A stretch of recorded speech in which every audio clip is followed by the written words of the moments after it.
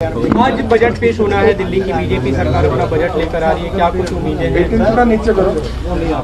आज भारतीय जनता पार्टी की दिल्ली सरकार का पहला बजट पेश होना है, लेकिन ये बहुत चिंता का विषय है कि बजट से पहले इकोनॉमिक सर्वे ही पूरा नहीं हुआ।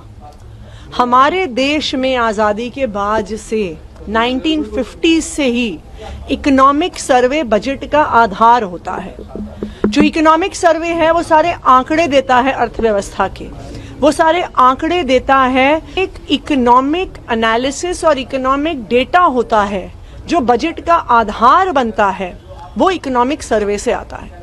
तो ये एक बहुत बड़ा सवाल है कि बिना इकोनॉमिक सर्वे के आखिरकार बजट कैसे बना दिया। ऐसा सुनने में आ रहा है कि इकोनॉमिक सर्वे इसलिए नहीं पेश किया गया क्योंकि दिल्ली की इकोनॉमी की शानदार तस्वीर उस इकोनॉमिक सर्वे में आ रही थी कि देश में सबसे ज्यादा पर कैपिटा इनकम दिल्ली में है।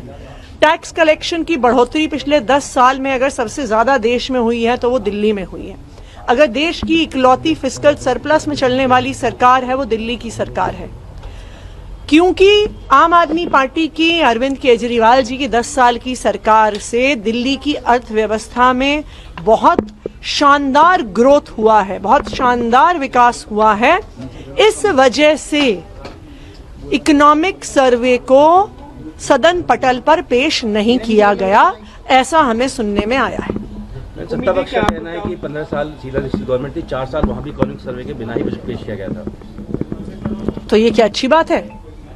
क्या ये अच्छी बात है कि वो कह रहे हैं कि हमने बिना पढ़े लिखे सोचे समझे इकोनॉमिक आंकड़ों को देखे, दिल्ली की आर्थिक परिस्थिति को देखे, दिल्ली की अर्थव्यवस्था के, जो इंडस्ट्री के, जो व्यापारियों के, जो किसानों के, जो इकोनॉमिक इंडिकेटर्स हैं उनको देखे बिना अगर हम अपना बजट बना रहे हैं तो मुझे ये ऐसा लग रहा है कि ये खुद ही कह रहे हैं कि हमारी कोई पढ़ी लिखी सरकार नहीं है, हम आंकड़े देखने में विश्वास नहीं करते, हम एनालिसिस में विश्वास नहीं करते, हम किस आधार पर बजट बना रहे हैं ये तो बिल्कुल ही साफ नहीं हो रहा अगर आपके पास आंकड़े ही नहीं है।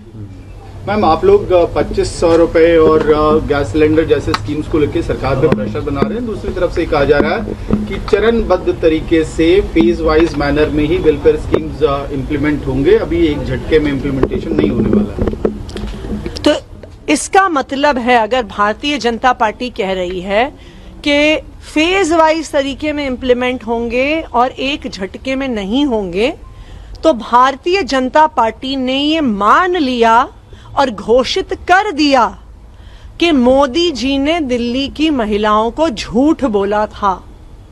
मोदी जी ने बार बार दिल्ली चुनाव से पहले ये कहा कि ये मोदी की गारंटी है कि 8 मार्च तक दिल्ली की महिलाओं के खाते में पैसे आएंगे, लेकिन आज भारतीय जनता पार्टी ने ये आधिकारिक घोषणा कर दी है कि मोदी जी ने झूठ बोला।